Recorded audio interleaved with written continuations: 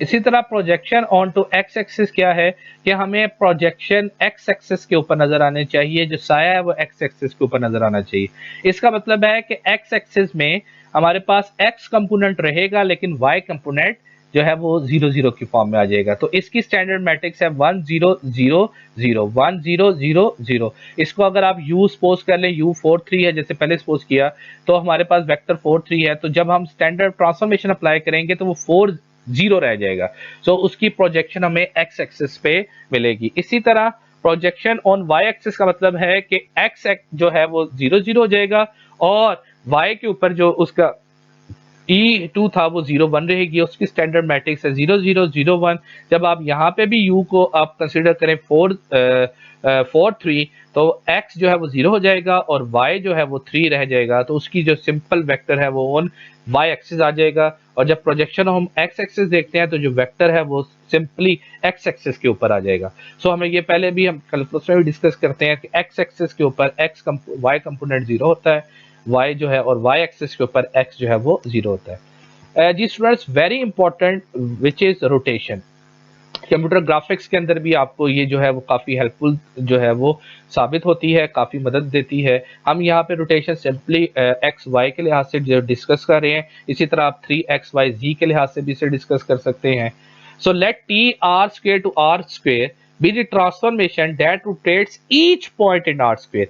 तमाम का तमाम जो इमेज है वो रोटेट होगा अबाउट द ओरिजिन, ओरिजिन के लिहाज से, through an angle phi with counter clockwise rotation for positive angle. जब भी हमारे पास ये जो एंगल होगा ये पॉजिटिव होगा तो इसका मतलब है जो रोटेशन है वो एंटी क्लॉकवाइज होगी, और अगर एंगल नेगेटिव होगा जो तब जो रोटेशन होगी वो क्लॉकवाइज होगी। सो इसी की ये रोटेशन एक एग्जांपल के तौर पे जो है वो गिवन है कि इसकी स्टैंडर्ड मैट्रिक्स किस तरह बनेगी, इसको हम थोड़ा सा डिस्कस कर लेते हैं। ये हमारे पास एक वेक्टर है जिसका बेस 1 0 और इसी तरह ये 0 1 जैसे हम पहले जो है।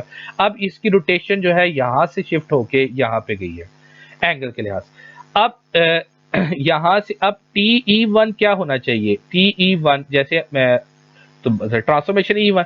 अब ये बेस है, ये परपेंडिकुलर, यहाँ से मैं परपेंडिकुलर ड्रॉ करूँ, ये अब ये x है। अब cos फाई क्या है, cos phi basically cos phi is basically क्या है हमारे पास, cos phi is base into hypotenuse. तो बेस इसमें क्या है x और हाइपोटेन्यूज क्या है 1 1 0। सो cos फाई क्या आ जाएगा, सिंपली cos फाई हमारे पास आ जाएगा x। इसी तरह साइन क्या है, साइन फाई हमारे पास ये जो है किस तरह बनेगा, साइन फाई इज बेसिकली जो है परपेंडिकुलर इनटू हाइपोटेन्यूज।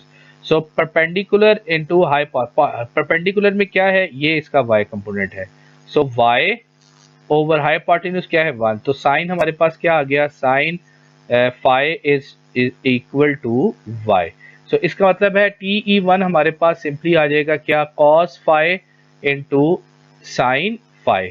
इसी तरह TE2 हमारे पास आ जाएगा, ये जो है TE2, इसी को हम फर्दर जो है इसको लिख सकेंगे माइनस साइन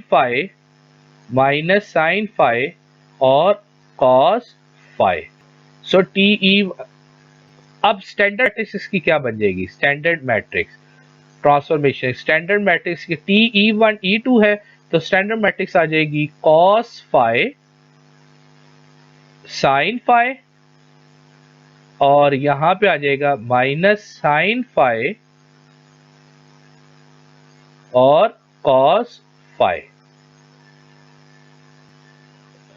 अब ये इसकी स्टैंडर्ड मैट्रिक्स है। अब जब भी हमने किसी सपोज वही वेक्टर u है 4 3, जब हम उसको डेफिनेटली वो रोटेट होगा किसी न किसी एंगल फाई के लिहाज से। जब हम यहाँ पे एंगल की वैल्यू पुटअप करेंगे तो हमारे पास सपोज मैं रखता हूँ एंगल हमारे पास 90 है, तो cos 90 0, साइन जो है वो 91 हो जाएगा। इस तरह ये पहला, इसी तरह cos अगर 0 है तो cos 0 1, साइन 0 0, इसी तरह माइनस ये 0, तो 1 0 0 1 बन जाएगी।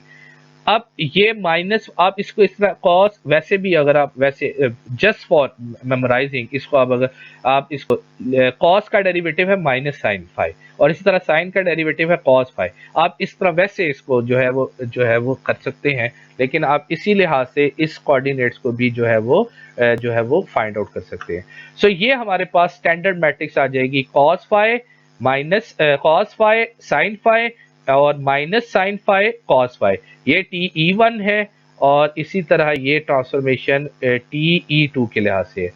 सो अब अगर मैं इसको सपोज ये जो है फाइ को पॉजिटिव एंगल दूंगा तो ये जो रोटेशन है ये काउंटर क्लॉकवाइज जाएगी, और इसी फाइ को जब हम नेगेटिव वैल्यू जो है नेगेटिव एंगल प्रोवाइड करेंगे, नेगेटिव होगा, तो ये जी हमारे पास जो रोटेशन होगी वो फिर क्लॉकवाइज होगी। सो हम कोई भी एंगल यहाँ पे कंसिडर कर सकते हैं और उसको वेक्टर गिवन कोई भी वेक्टर है उसके साथ स्टैंडर्ड ट्रांसफॉर्मेशन को मल्टीप्लाई करें तो हमारे पास जो ऑब्जेक्ट है वो ट्रांसफॉर्म्ड फॉर्म में, रोटेशन की फॉर्म में जो है वो मिलेगा। सो इसी तरह जो है वो मैपिंग है, मैपिंग 1 to 1 इस mapping or mapping T from Rn to Rm, domain हमारे पास Rn है, को डोमेन Rm है, is set to be a 1 to 1 if each B is the image of at most one x in Rn। तमाम ये इस example diagram के लिहाज से जैसे हम डिस्कस करते हैं 1 to 1 मैपिंग क्या है, तो जैसे यहाँ पे ये अब हर जो है डोमेन वो को डोमेन के यूनिकली मैप्ड होना चाहिए हमारे पास, ये हमारे पास फिर जो है वो कहलाएगी क्या 1 to 1। और अगर अब यहाँ पे जो है ये मैप्ड है एक ही पॉइंट के ऊपर, नल के ऊपर, तो ये 1 to 1 नहीं है। सिंपल जो है इसकी डिटेल में हम फर्दर डिस्कस नहीं कर रहे। इसी तरह फिर ऑन टू क्या है कि ऑन टू जो है वो कंप्लीट सेट के ऊपर इस यहाँ ट्रांसफॉर्मेशन जो है वो मैप्ड होनी चाहिए, किसी सब जो है सब सेट के ऊपर या सब स्पेस के ऊपर जो है, यहाँ पे हम सब स्पेस कहेंगे, सब स्पेस पे मैप नहीं होनी चाहिए। T is on to Rm, in other words domain is when T is equal to transformation is equal to codomain, तब भी हम कहेंगे ये मैपिंग जो है वो on to है। अब mapping transformation T is Rn to Rm is said to be on to if each B is the image at least one x in Rm। यहाँ पे ये on to जो है इसको आप on to जो है वो लिख लें, ये हमारे पास क्या है on to।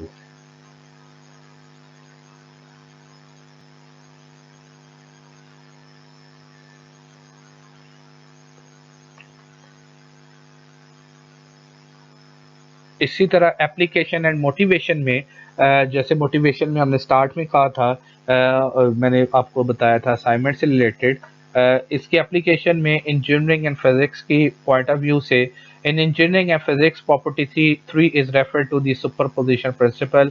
Think of vector v1 v2 up to vp are signals that go into a system or process and tv1 tv2 tvp as the responses of that system to the signals. The system satisfies the superposition principle if an input is expressed as a linear combination of such signals.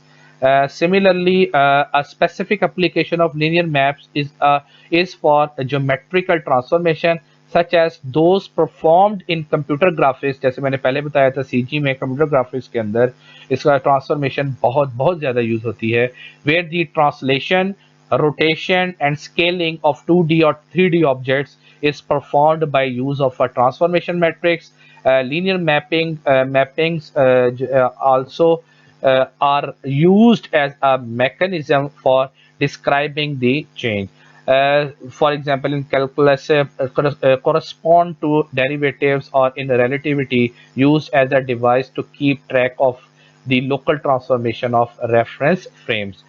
So मैंने आपको starting में ही बताया था कि हमारे पास इसकी application जो है कंप्यूटर ग्राफिक्स में, स्पेशली इमेज प्रोसेसिंग के अंदर ट्रांसफॉर्मेशन जो है वो बहुत ज़्यादा यूज़ होगी। सो स्टूडेंट्स, ये इस वीक का आप जो है वो लेक्चर था, होपफुली आपको समझ आ गया होगा। जैसे मैंने पहले बताया था कि इस वीक में असाइनमेंट नहीं है, इस वीक में आप वीक 11 ही की असाइनमेंट जिन स्टूडेंट की रहती है वो सबमिट करवाएंगे, और जो ऑलरेडी सबमिट करवा चुके हैं वो दोबारा सबमिट नहीं करवाएंगे। सो होपफुली आपको समझ आ गया होगा। फिर भी अगर आपको किसी किस्म की कोई कंफ्यूजन वीक 12 के लिहाज से आपको आ रही हो, आप व्हाट्सएप के ज़रिए भी पूछ सकते हैं, बहुत सारे स्टूडेंट्स पूछते हैं, और इसी तरह आप ईमेल के थ्रू भी पूछ सकते हैं। ओके स्टूडेंट्स, अल्लाह हाफिज़। अल्लाह ताला आपका और मेरा हामी नासिर हो।